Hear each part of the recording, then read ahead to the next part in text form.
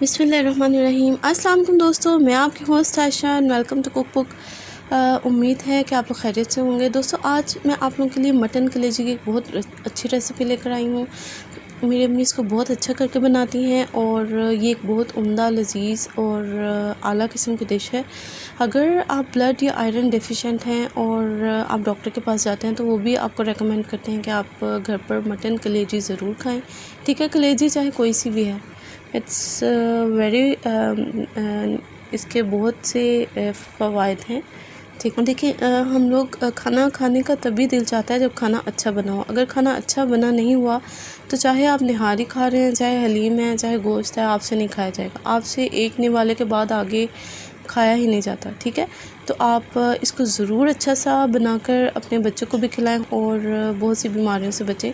ठीक है, खून की कमी को पूरा करें, भागें दौड़ें। ठीक है कलेजी चाहे बकरा ईद है, चाहे नॉर्मल रूटीन है, हम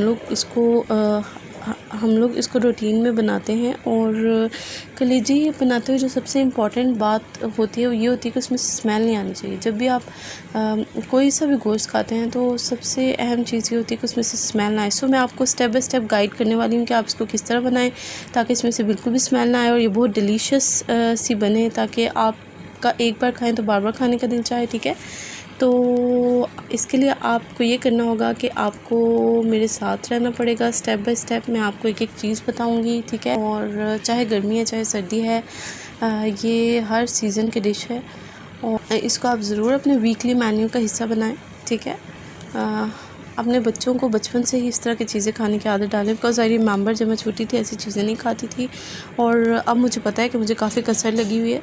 सो मैं आपसे यही कहूँगी कि अपने बच्चों को भी ऐसी चीज़ें खाने की आदत डालें। ठीक है, तो चलिए आइए स्टार्ट करते हैं। अच्छा जी, इसके लिए मैंने क्या किया कि सबसे पहले मैंने 3 पाव कलेजी ले ली। ठीक है, 3 पाव कलेजी मैंने ले ली, यानी 750 ग्राम कलेजी मैंने ले ली, बकरे की कलेजी। और उसको धोकर अच्छे तरीके से साफ़ करें, अच्छे तरीके से साफ़ करें, थोड़ी देर भिगो के रखें। उसके बाद आप गर्म पानी से इसको अच्छे तरीके से वॉश कर लें। ठीक है, अगर आपको ये वहम है कि अच्छे तरीके से साफ़ नहीं हो रही तो आप इसको थोड़ा सा गर्म पानी करके उसमें इसको अच्छे तरीके से साफ़ कर ली। अब यहाँ पर मैंने 4 प्याज काट के रखी हुई हैं, 4 मीडियम साइज़ की प्याज मैंने यहाँ पर काट के रखी हुई हैं। ठीक है, आप चाहें तो प्याज ज़्यादा भी ऐड कर सकते हैं। आप जिस कदर आप मसाला अपनी सालन में चाहते हैं आप उसी कदर प्याज डालें। ठीक है, तो कुछ लोगों का ख्याल है कि प्याज ज़्यादा डालने से कलेजी मीठी हो जाती है। हाँ, उनकी बात किसी हद तक ठीक भी है, लेकिन आई डोंट थिंक सो। हम लोग 4 से 5 प्याज ज़रूर डालते हैं इसमें। अगर हमारी किलो हो तो हम 5 से 6 प्याज भी डाल लेते हैं। ठीक है, तो क्योंकि ज़ाहिर है इसमें शोरबा तो बनना नहीं है, खुश्क कलेजी मैं आपको बनाना सिखा रही हूँ, मसाले वाली कलेजी है।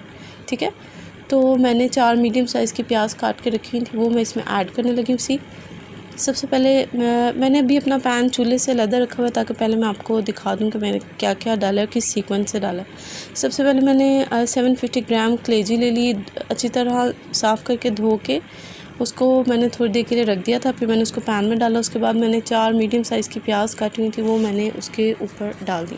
ठीक है, आपने भी ऐसे करना है। अच्छा जी, उसके बाद यहाँ पर मेरे पास साबुत गरम मसाला पड़ा हुआ है, तकरीबन 1 टीस्पून भर के मैंने सफ़ेद ज़ीरा ले लिया, 4 से 5 दाने मैंने काली मिर्च के लिए और 3 से 4 मैंने लौंग ले ली थी, 2 से 3 मैंने दालचीनी के टुकड़े लिए और 2 बड़ी इलायची ले ली। ठीक है, तो ये मैं अब इसमें ऐड करने लगी हूँ। ठीक है, गरम मसाला कलेजी या गोश्त है इसमें ज़रूर जाता है। गरम मसाला इसलिए एक तो इसलिए डालते हैं कि गोश्त या कलेजी में से स्मेल नहीं आती। ठीक है, उसकी स्मेल ख़त्म हो जाती है। और दूसरी बात ये कि इसमें बहुत अच्छी खुशबू और जायका भी आता है। ठीक है, ज़्यादा मज़े की बनती है।